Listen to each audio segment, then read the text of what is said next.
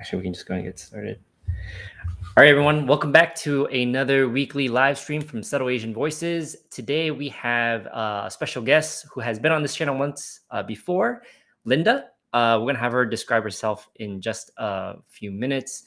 But today, we're going to be talking about her career switch from accounting to real estate. Why don't we kick it off to Lynda? Tell us a little bit about yourself. Hi, everyone. My name is Lynda. I am a real estate agent in the state of Maryland, just recently licensed, and this is my second time on here, like he said. Glad to be back. Okay, let's make sure this is still on the live stream. Okay, so why don't we start off with the basic question here? Since you started from accounting and you moved to real estate, what made you do accounting in the first place? Well, I started off being a first-generation immigrant child, helping my parents translate paperwork at a very young age, being their English translator, looking at bills from a really young age, and then understanding the importance of financial literacy. And then through that, it kind of led me down a path of like wanting to be more educated financially, be able to be financially independent and know things on my own. But school didn't really teach you that. So for me, I wanted to just kind of know more for myself. And then when it came down to like senior year of high school, I was in a position where I was told like, oh, maybe you should consider your major if you want to go to college. My parents didn't finish college, and so I would be the first one going, and I didn't have anyone who I could look to who would like tell me, oh, what would be best. I just heard my parents say the obvious things like, oh, maybe you should try to be, a doctor or a lawyer, or, just like dentist, something like that, something that they believed would be steady, high income. I knew I was so scared of blood, so I couldn't do any of those like medical track things. And I wasn't smart enough to do comp sci. I didn't like math enough to do like the comp sci type of route because I feel like that is a major requirement. And so I did process of elimination using the personality tests. And then I narrowed down what is like a very stable job that you could get that didn't require you to do too much education. And then accounting kind of fit the bill and like ticked off all those boxes that I was looking for. I was looking at process of elimination. And then I was like, if my end goal is potentially to become like a CFO, that could make a lot of money, but they didn't have to do like medical school or something like that. You just have to do, and then a lot of business owners and high achieving like people start off in accounting and then pivot into other things. So I said, okay, I could do accounting. Okay.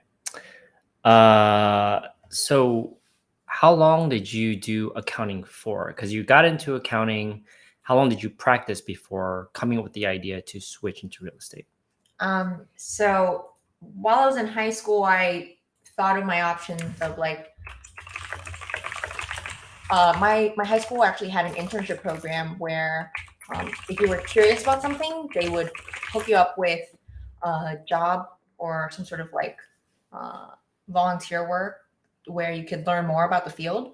And so from senior year of high school, I was interning at a tax place and I was able to see what tax accountants did. And so I thought I wanted to go into tax because that's all I knew. And then when I was in tax, I later learned about audit. And then that's kind of the path that I took. And I was at the internship for 2 years. Then I learned about audit. And then from there, I knew that when I finished my 4-year degree, I would go into audit rather than tax. And so how long did you practice for after you graduated? 2 years. 2 years. Okay. All right. I did audit straight out of college. I got a offer letter in my senior year. So I knew as soon as I graduated, I would have a job lined up, and I worked there. And then afterwards, a recruiter reached out to me and then offered me this opening at a real estate investment trust. And so that was kind of the taste of real estate that I first got. And that was in your initial year, you said? That was in my initial year. It was like a year and a half into accounting, year and some change into accounting as an auditor. They were saying, hey, your skill set can pivot over to this other role if you'd like to get out of public accounting. Okay. So what specifically about that made you want to switch into real estate then? So you got a taste of it, but like switching careers is a pretty big move. So what exactly made you want to switch? And I guess like you already kind of answered why you wanted to get into real estate a little bit, right? But maybe let's start from the beginning. What made you want to switch? Because you've been practicing for 2 years. You got a little bit of a taste of what real estate might seem like from that experience. So what exactly made you want to switch? Well, it wasn't a taste of real estate necessarily. I was able to be exposed to people in the company that were the in-house real estate agents. And they did inbound calls and stuff like that. And I was able to see their personalities mesh more with mine. And the idea of being in accounting long-term wasn't something that I wanted to do necessarily, because I knew my my high school self wanted to thought of going to real estate, but I really wanted to have a bachelor's degree as a backup if anything were to happen. Okay. I didn't want to jump into real estate right away back then, because it is like a huge leap of faith. It was more stable to go down the university track. Gotcha. Judy says, greetings from North Carolina. Hi, Judy. Hey, Judy. So it's still, again, it's a very big transition to just jump from one career to another. Was there anything like event that occurred that made you want to switch over to real estate? I think through 2020 and through COVID, I really had to ask myself, because it was this time where I was studying for my CPA, where I had to reflect internally and ask myself why I was getting the CPA, because it was really tough to study for it. But I was studying really hard and it wasn't absorbing because I wasn't passionate about it. So for me, it was something where I was like, why am I studying for something where this is so hard to absorb? Is this where I see myself long-term?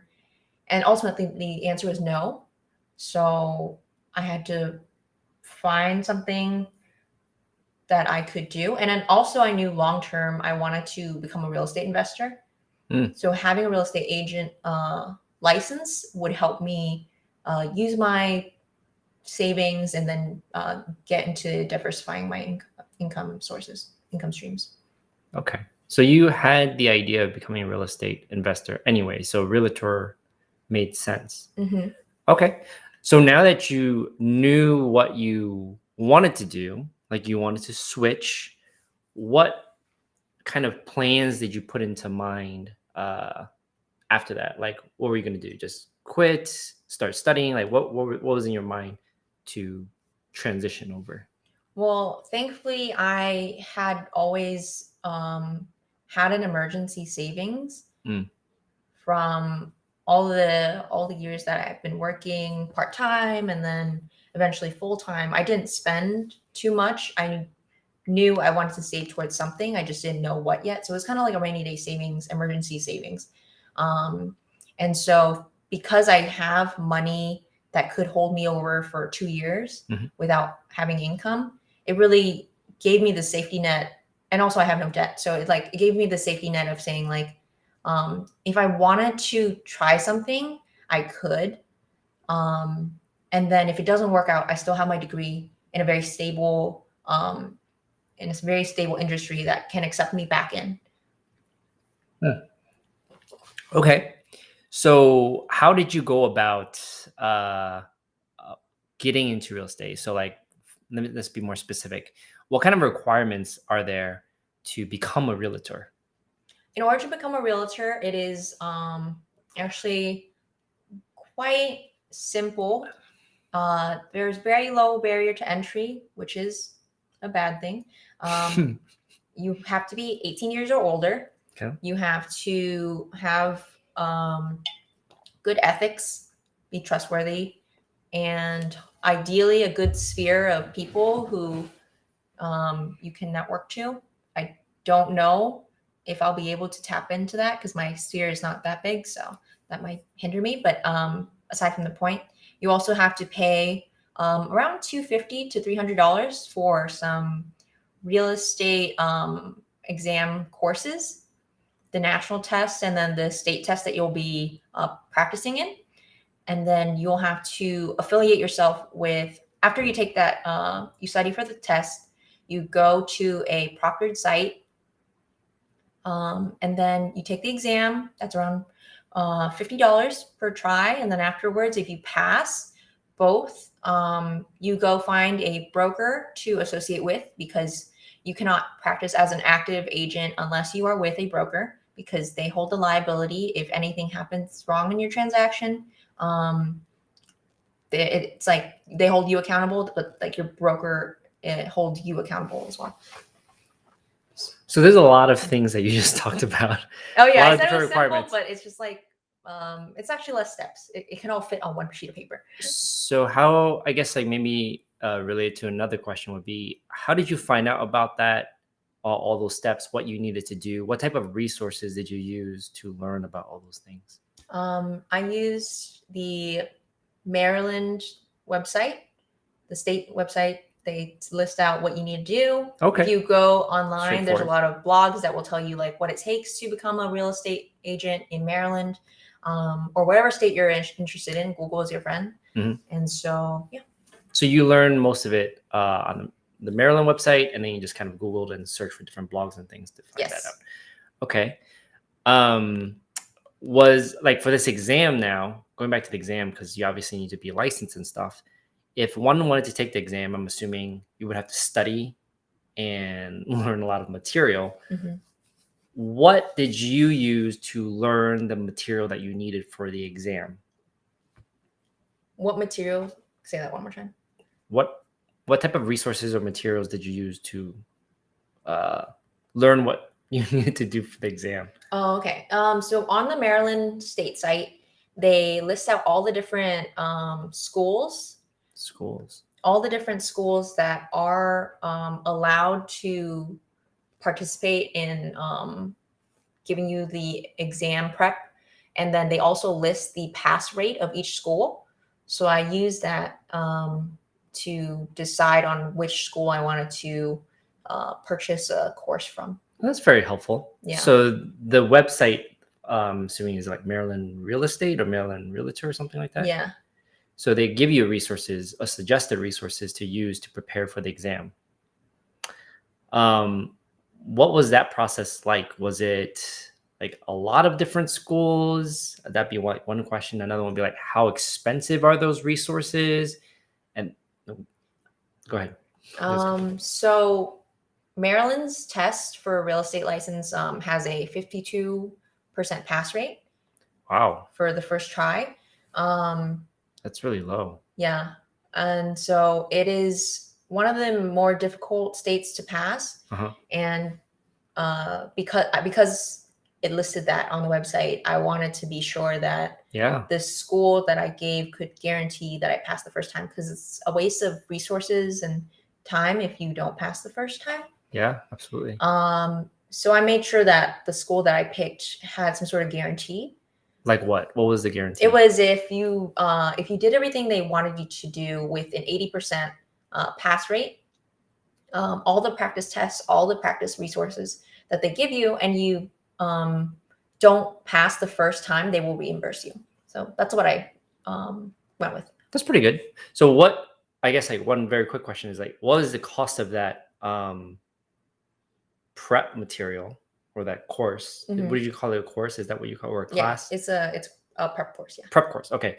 What is the cost of that? What was the cost of that course, and how does it compare with other courses out there? Is it like average? Is it more expensive? Is it? I think it was pretty on par with the other pricing. I don't think it was that much more expensive. It was around $250. $250. Mm-hmm. Okay. And how much content are we talking about? Like hours of content? Yeah, so it was, they call it a 60-hour thing. 60 hour. And then they said if you treat it like a full-time job, you can complete it in 2 weeks. But I call BS on that because it took me quite a long time. How long is a long time? No comment. No comment. No comment. It took me a while. Okay, what I guess like But what it's because it's self-paced. You have to be really motivated. And I couldn't see the light at the end of the tunnel. Some months when I was studying for it. So did you find the content more or less challenging? Is that what you expected? it was just really dry. Okay. To not have an instructor speak to you and you have to read everything with no pictures. Was there video? No. All text. Yeah, so that's like one downside to the course.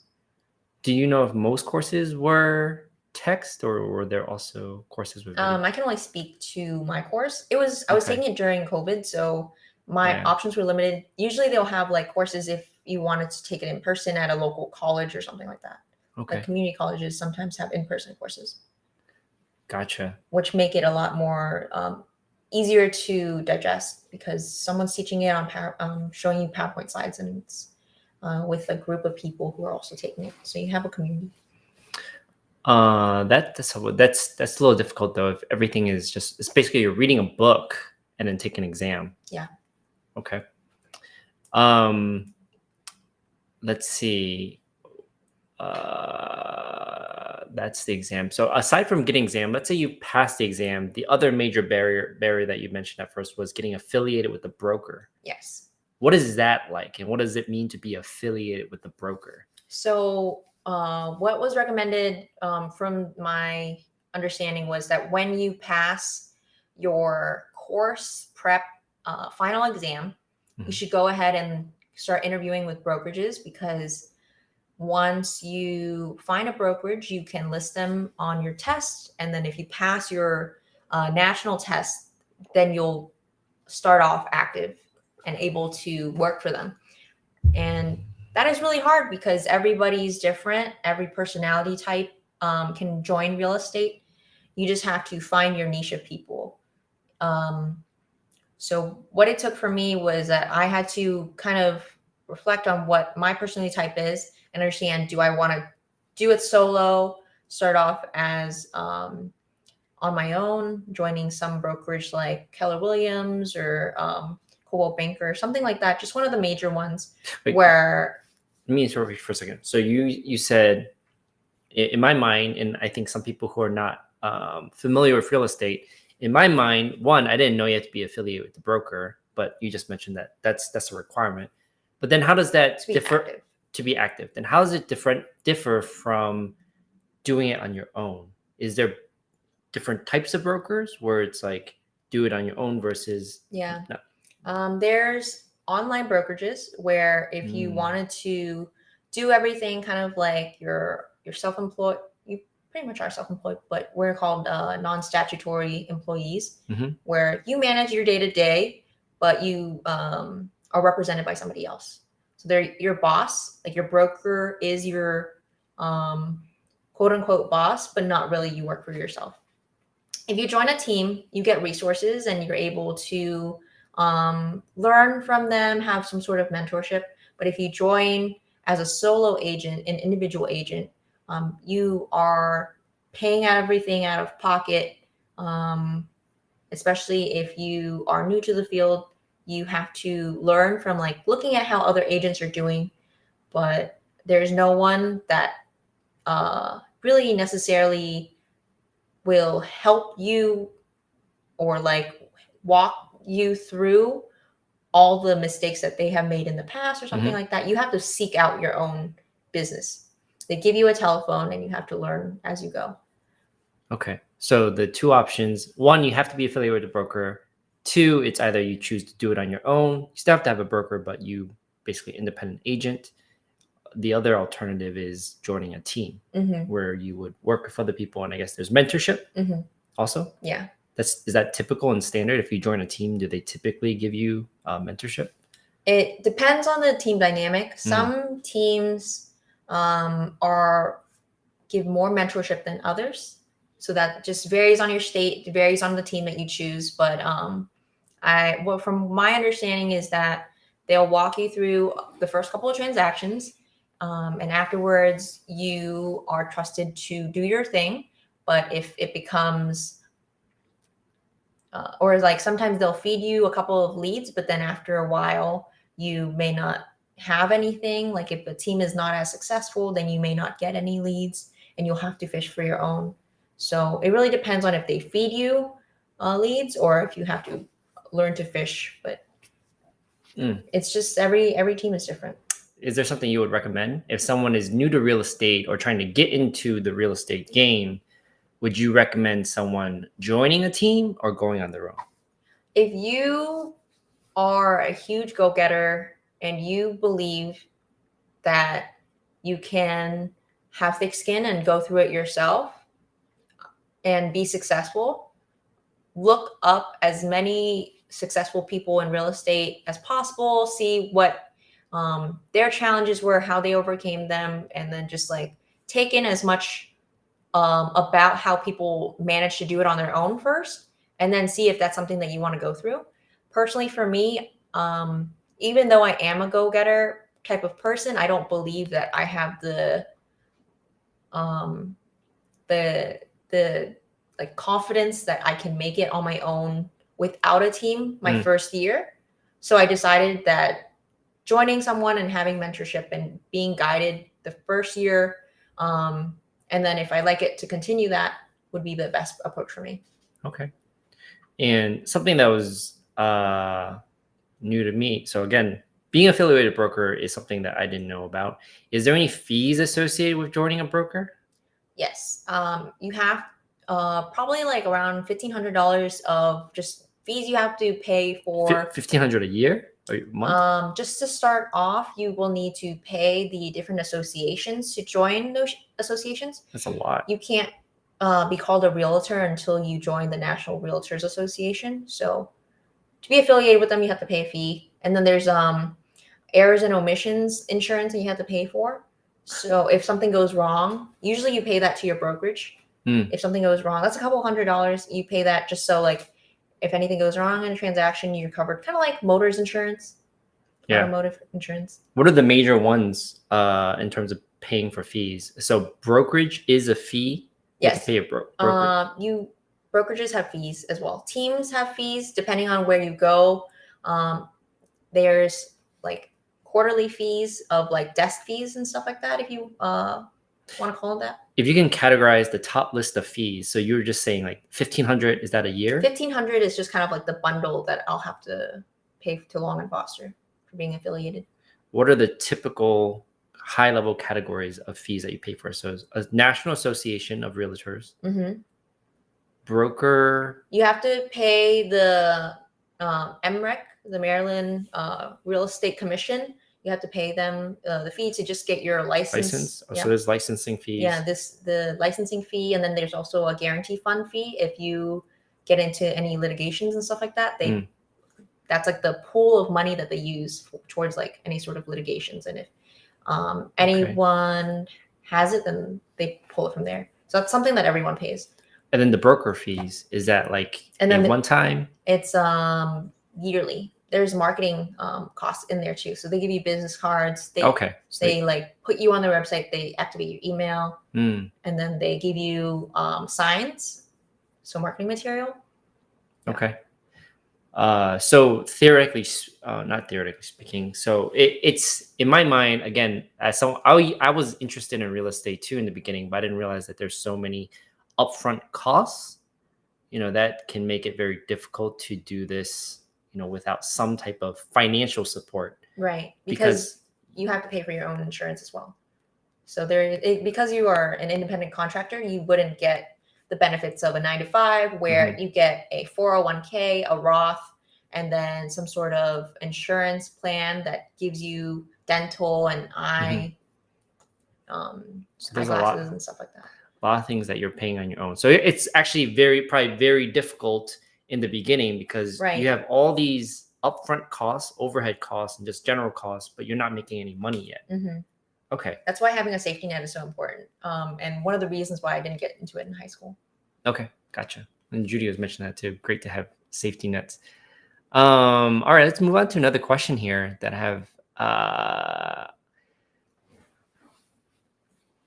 Parents. Yes. So how did your parents feel about it? So I think like it's very common, as Asian parents, or not as Asian parents in general typically want their kids to do the typical medical, engineering, law. Accounting is another nice stable job. Now you're switching from something that is very stereotypical to real estate. How did your parents feel about it? How did they react? Were they supportive? Things like that. So I told my mom as soon as I stopped doing accounting. Quit? Yeah. So pretty much like when that ended, it became a thing of like, when are you going to get your next job? And then I told her, oh, I'm not going to get another accounting job. I'm going to start studying for my real estate license. Yeah. She wasn't very happy about that. Yeah. Okay. She said, why can't you do both? Which is fair. Yeah. I'm sure a lot of people who are accountants do get their license and then become real estate investors because, let's say, you do tax and then you know how to use the tax advantages. Having a property has a lot of depreciations and stuff like that. Mm-hmm.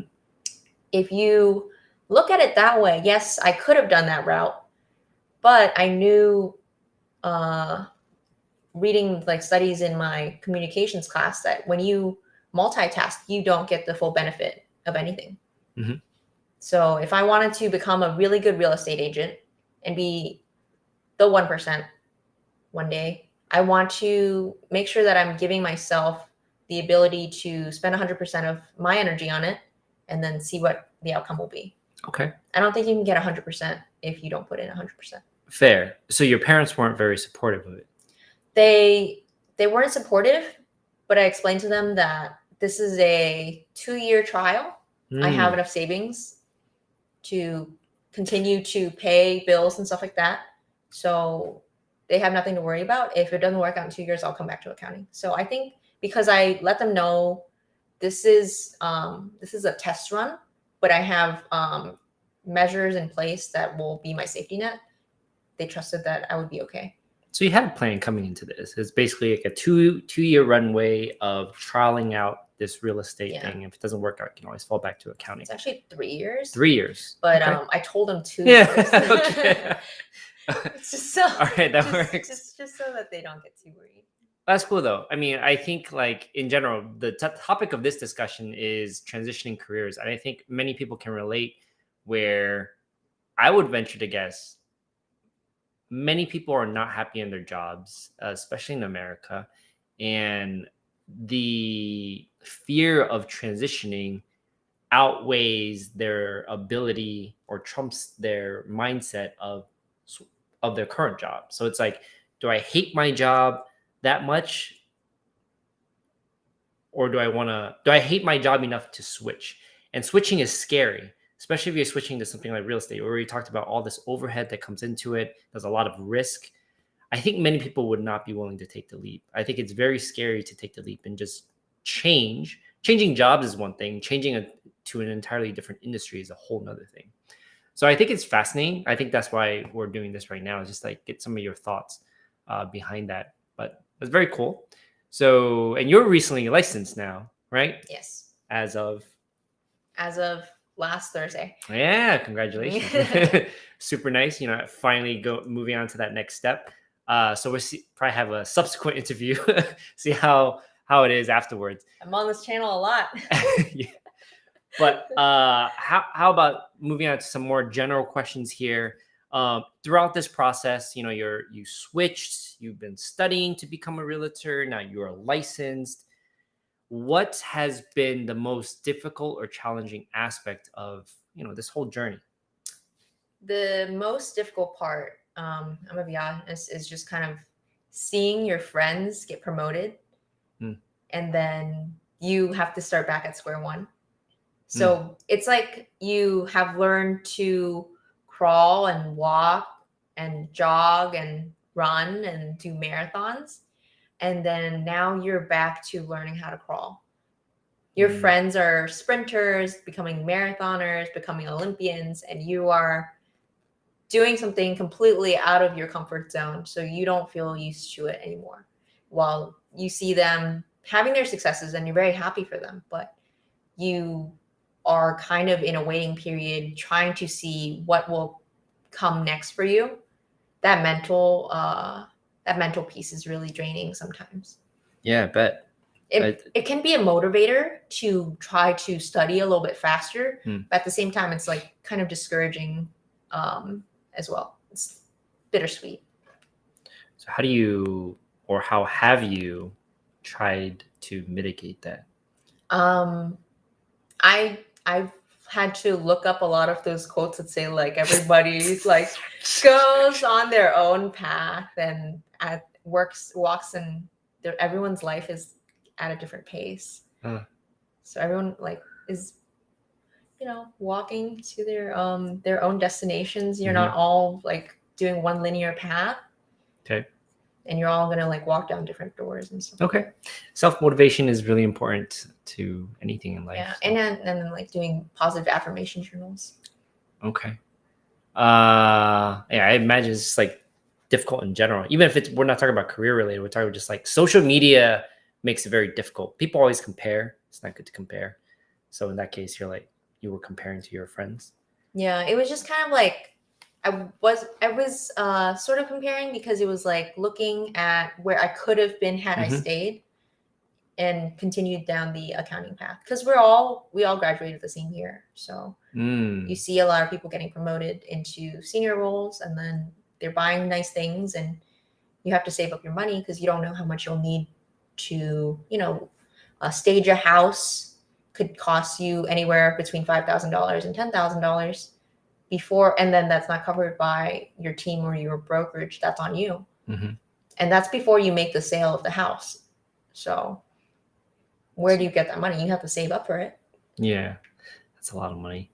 Okay, let's move on to another thing. In terms of moving towards this goal, I'm assuming you came across like people you looked up to, or people you want to model after. Has there been any role models or mentors that you found throughout this process? Not. Doesn't have to be direct. It could be like people you just looked up to. I look up to the people who are in this podcast called Bigger Pockets. Is it okay? Tell me more. They have operated outside of like Washington State, and this guy, he was someone who was doing like a blue collar job. And then he was able to acquire so many properties, and now he lives in Hawaii and runs a team out there, and they are so big that they give back to the community by just like spreading what people do to become real estate investors, and then just kind of say like the first step is just getting into it. So Bigger Pockets is primarily about real estate investments. Yeah. Okay. Yeah. So I kind of look up to them, just kind of like emulating like their successes and stuff like that would be really cool. But that is a very long-term goal of being a real estate investor.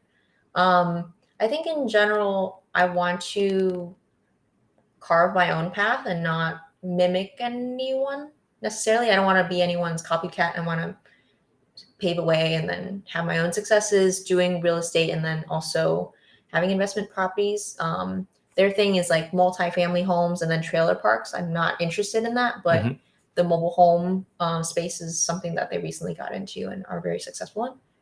But that's kind of like very interesting niche. Yeah, very interesting. Any other mentors or role models that you look up to, or that's like the main one? I listen to a lot of Gary Vee.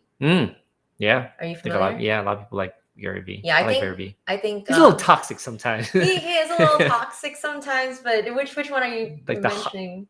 No, in general, like because Gary Vee, not that he's toxic for some, but I fully invest in his idea to an extent. It's basically like he preaches a lot of hustle culture, which he's talked about how a lot of people misrepresent what he's saying, which I also agree with.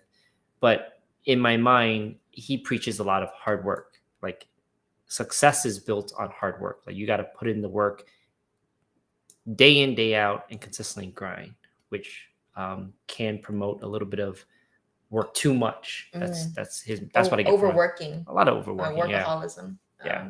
But I like his stuff. Yeah. I think the one that resonated with me the most was like the one that led me to make this leap of faith was he said, fail as much as you can in your 20s because it gets harder as you grow older and you have more responsibilities. So he said, if you have any ideas and you're young, go and chase it. And then eventually you will find your success. But it takes a lot of failures to reach one success. That's good. Yeah. Yeah, he has a lot of those like good quotable moments and stuff. Yeah. So was that like a specific episode? Yeah. Oh, okay. All right. Well, now that you talk about real estate investing, it sounds like that was like one of your goals. And now that you are licensed as a realtor, what are your short-term and long-term goals? And specifically, the long-term ones, I'm assuming, is going to be related to real estate investing or real estate investor. Like, what would you like to see? What's your future goal in that realm? And then now that you're licensed, what's like more of that short-term goal? Like, what would you like to accomplish? In the short-term goal, I hope to make money my first year.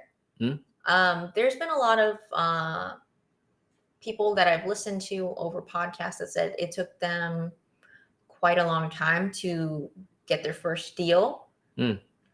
Some people didn't sell that many houses their first year. Usually the momentum starts happening in your second year for a lot of agents, but I hope to just, because I've been drinking out of a fire hose these last like several months of what made people become successful very early in the game or like hit the ground running. I hope to be able to make an income that is equivalent or somewhere close to the one I had when I was working in accounting. Your first year? Yeah, I got big goals, man. Okay.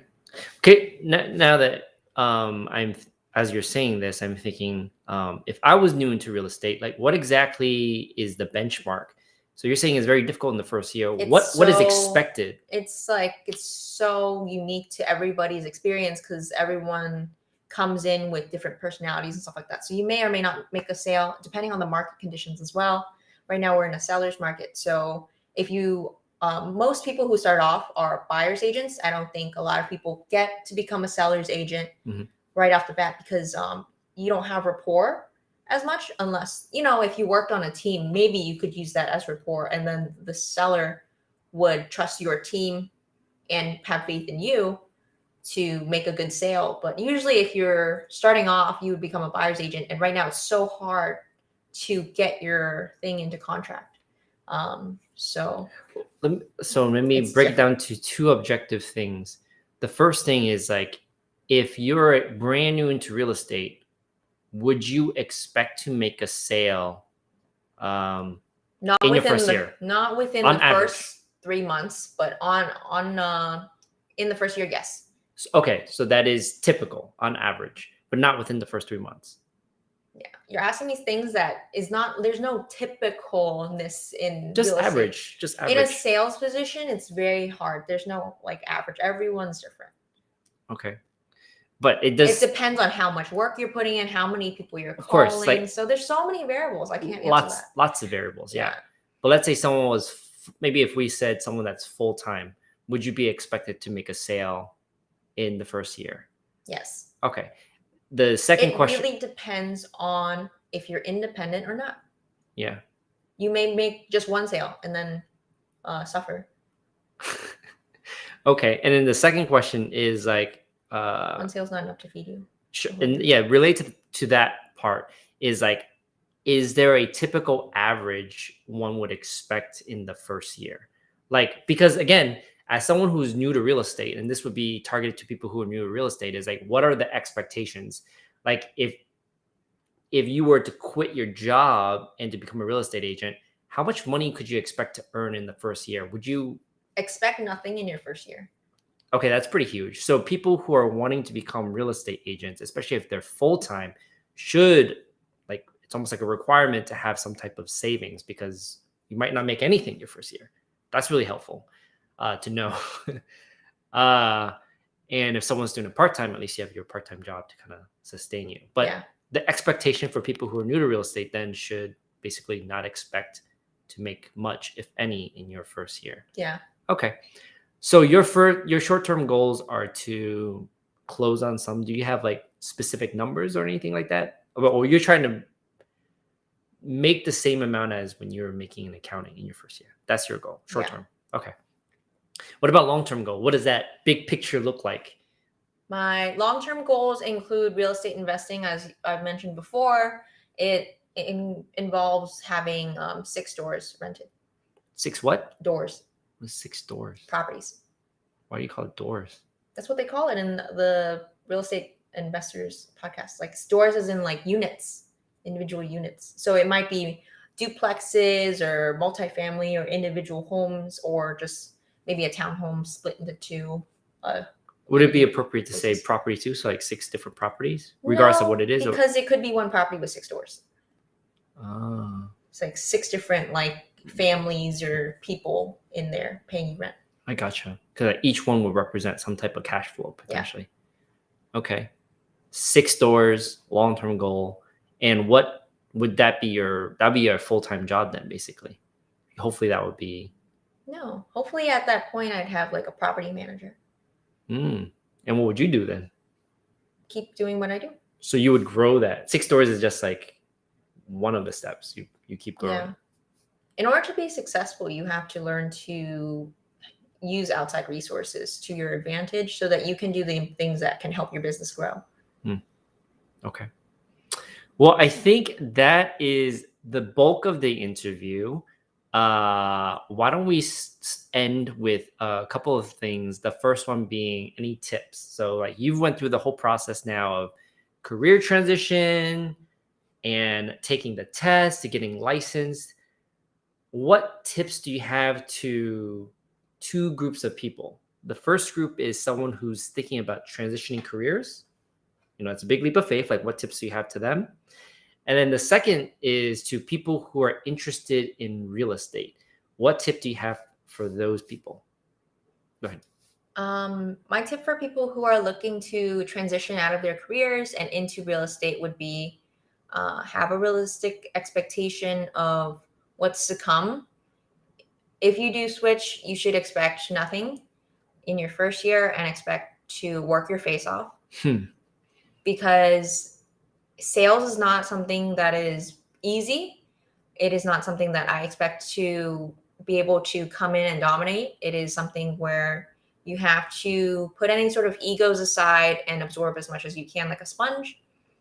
And then for the people who are interested in real estate in general, if you are, say, like a college student and you have extra time to take on some sort of licensing, I've seen people who are 18 going to college as a freshman or a sophomore, and then they're doing real estate on the side because they want to test out the waters that way.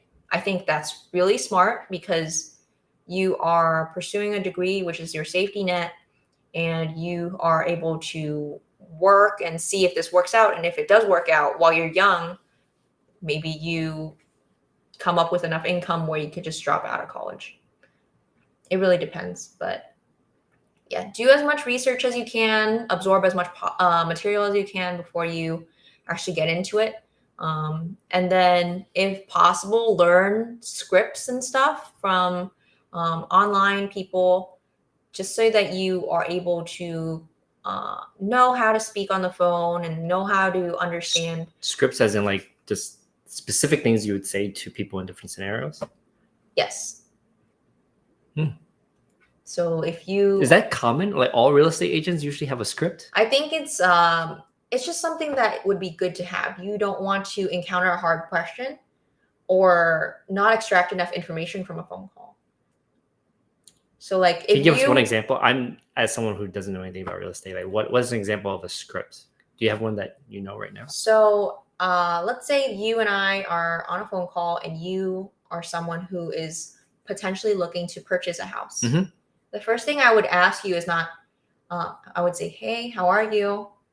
And then the next thing I would ask you, like the most important thing I would ask you is this: is this an investment property or is this your a residence that you're looking to live in?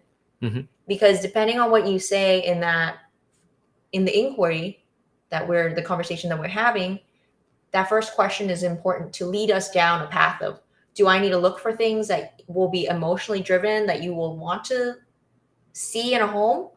Or is it something that could be ugly, but the numbers make sense and you will still make that purchase? You know what I mean? Mm. Something that you live in needs to be nice according to your taste and your preferences. If you were an investor and you just wanted to put renters in there, you may not care as much. So these scripts are like based on what someone says, or you It's ask them just questions. to guide the conversation Gotcha. to get the most value for both parties. So you memorize these things, or you create them and develop them? You take a script from online and then you tweak it so that it sounds more like you. It's something that you would Interesting. say. Very interesting. Okay, good to know. Next time I talk to a real estate agent, I know they have these scripts in their mind. It's just questions that would Yeah. you No, have it's good. I think it's it's like a good. little checklist that you want to go through. Yeah. It's fascinating. Yeah. Maybe it should have been like intuitive. Okay, so why don't we end with you giving out any plugs, shout outs, things like that? So I'm going to be creating my own YouTube channel and doing more social media as I'm getting into the real estate industry and getting involved. I wanted to make you guys aware of my upcoming YouTube channel, Instagram, and TikTok that I'm going to be making to provide value to the community. And if anyone is in Maryland seeking a house purchase, I am with Long and Foster. We are the number 2 sales team in the Bethesda office. We last year in 2020, it was 10% of all of the real estate sales in the Long and Foster at Bethesda office. So, Wow. yeah. So what kind of content would you be putting on these social media channels? So I hope to be able to give tips to people on how the buying process works. My day to day, I'm going to be doing vlogs, just kind of giving reviews of the real estate investment stuff that I look at, or any sort of course that I go through. I'm going to give reviews on those as well. Okay, very cool. Well, Lynda, thanks for your time. We're going to go ahead and end the live stream now, and then see everyone next week.